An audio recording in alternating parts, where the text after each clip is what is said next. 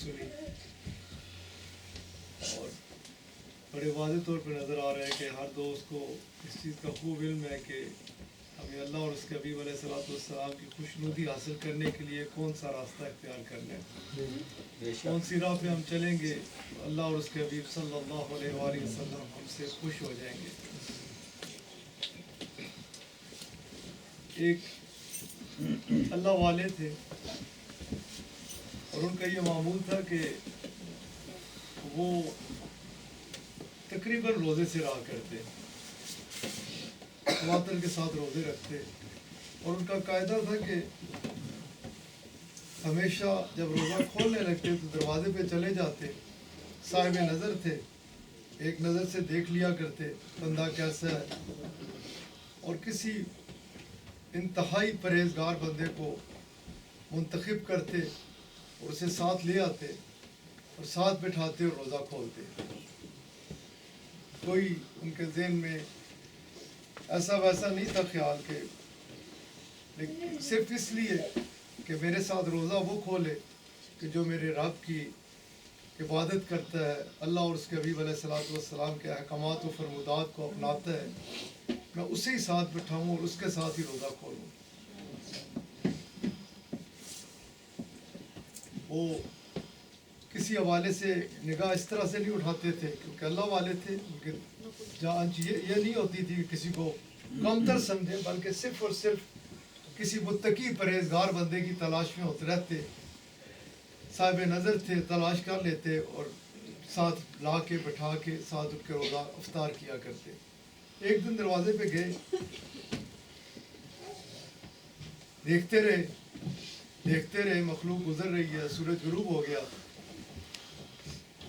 کوئی بندہ نظر نہ آیا، جو بھی گزر رہا ہے دیکھ رہے ہیں، جانچ رہے ہیں، کسی میں کوئی عیب ہے، کسی میں کوئی عیب ہے، آگے روزہ کھول لیا۔ اب جب انہوں نے روزہ کھولا تو روزہ کھولنے میں جو انہیں ایک لطف آیا کرتا، ایک جو مزہ آیا کرتا، جو کیف ملا کرتا، وہ نہ ملا۔ نماز پڑھی، مغرب کی نماز میں بھی وہ لذت نہ ملی، وظائف کیے نماز کے بعد وہ کیفیت نہیں طاری ہو رہی جو ہوتی تھی، جو مزہ آتا تھا، جو لطف آتا تھا۔ عشاء پڑھی، کیفیت وہی ہے، تہجد کے لیے اٹھ کے کھڑے ہوئے، لطف نہیں آ رہا، مزہ نہیں، سحری کھائی، پھر کیفیت وہی ہے، لطف نہیں ہے، مزہ نہیں ہے، ایک روبوٹ کی طرح سب کچھ ہو رہا ہے۔ فجر پڑھی، پھر بھی وہی کیفیت ہے۔ اگلا دن روزہ افطار کیا،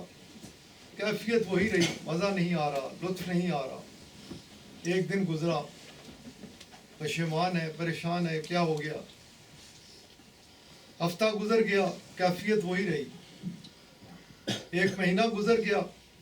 عبادات کرتے ہیں، رات کو اٹھتے بھی ہیں،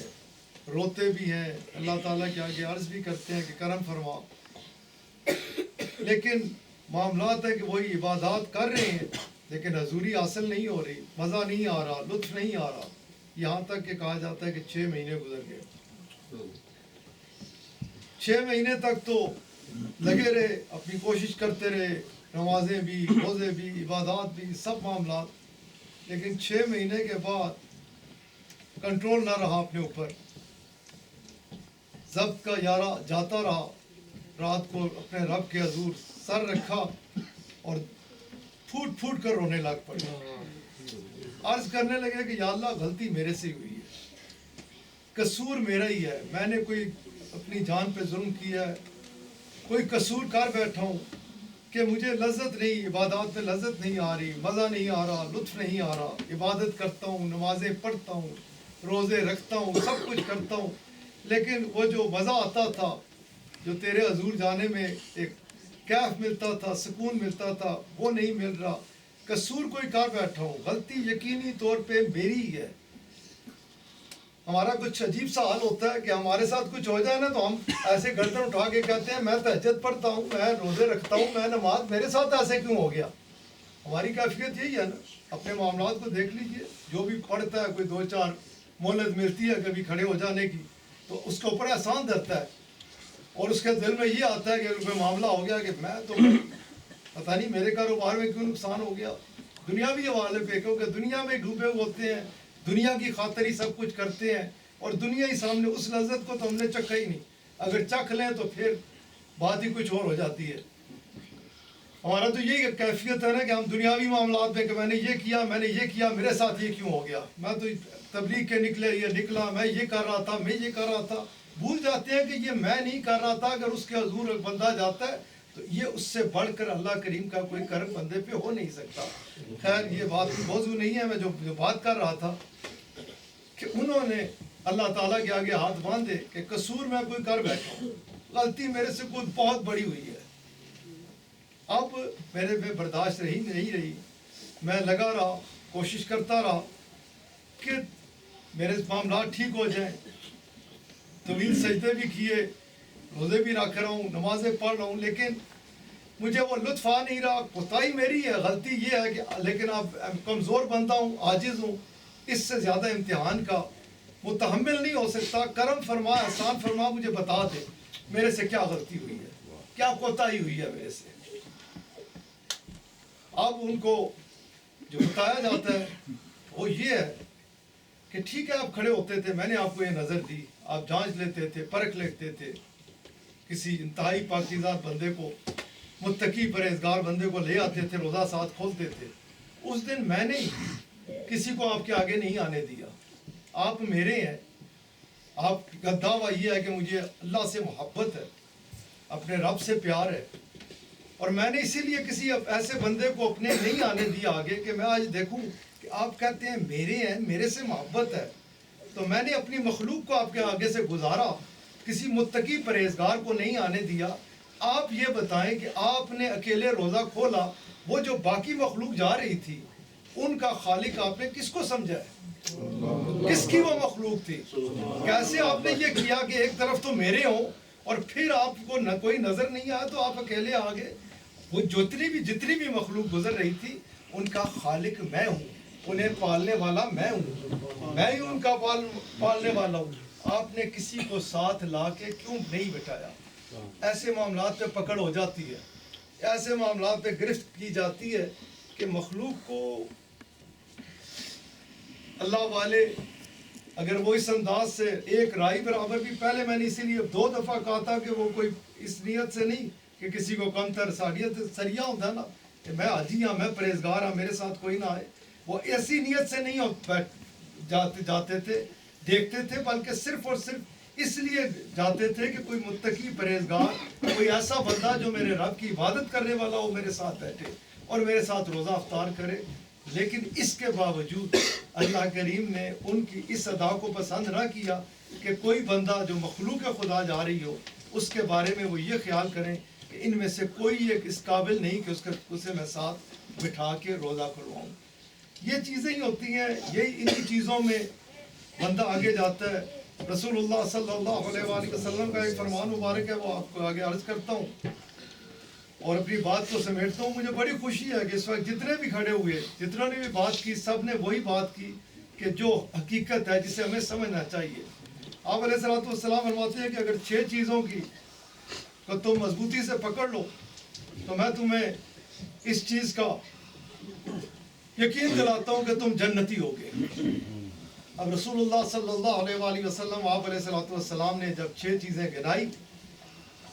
ان میں پہلی چیز آپ نے فرمایا کہ جب بولو سچ بولو، جھوٹ سے بچو۔ پھر آپ علیہ السلام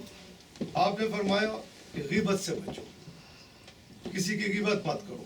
کیونکہ آپ سب کو پتہ ہے کہ غیبت کا اس چیز کو نہیں کہا جاتا کہ کسی پہ اگر کوئی عیب نہ ہو وہ اسے کیا جائے، وہ تو بہتان ہو جاتا ہے، مطلب کسی میں کوئی برائی ہے اور اس کو ادھر ادھر بیان کرنا، اسی کو ہی غیبت کہا جاتا ہے۔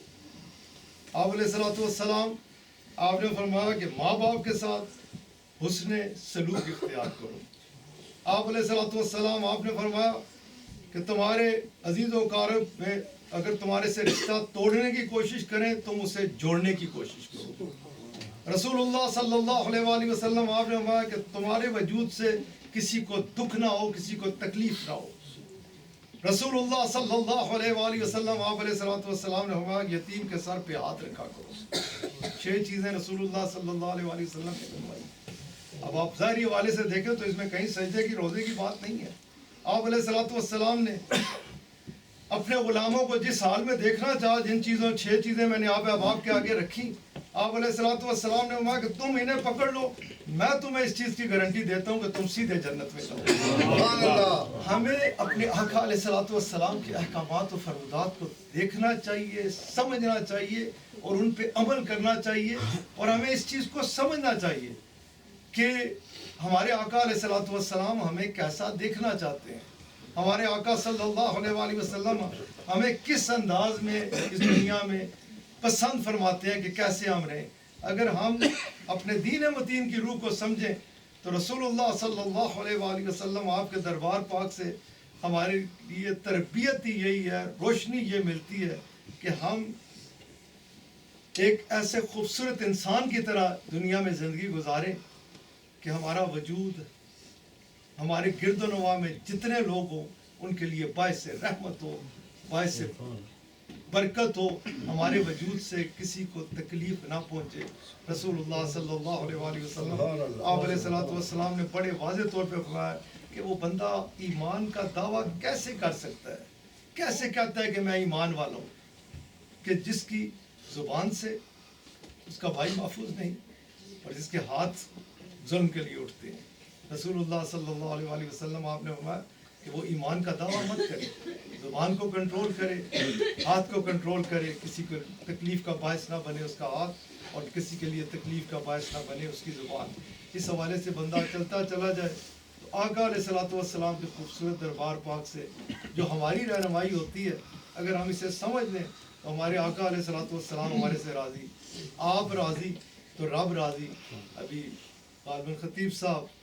رسول اللہ صلی اللہ علیہ وآلہ وسلم کا فرمان مبارک ہمارے آگے رکھ رہے تھے کہ آپ فرماتے ہیں کہ جس نے میری اطاعت کی اس نے اللہ کی اطاعت کی. آپ نے بڑے واضح طور پہ اللہ تعالیٰ نے قرآن کریم میں بھی فرمایا کہ جس نے میرے حبیب علیہ السلام کی اطاعت کی در حقیقت اس نے مجھ اللہ کی اطاعت کی. یہ واضح طور پہ قرآن کریم میں موجود ہے. اور رسول اللہ صلی اللہ علیہ وآلہ وسلم آپ فرماتے ہیں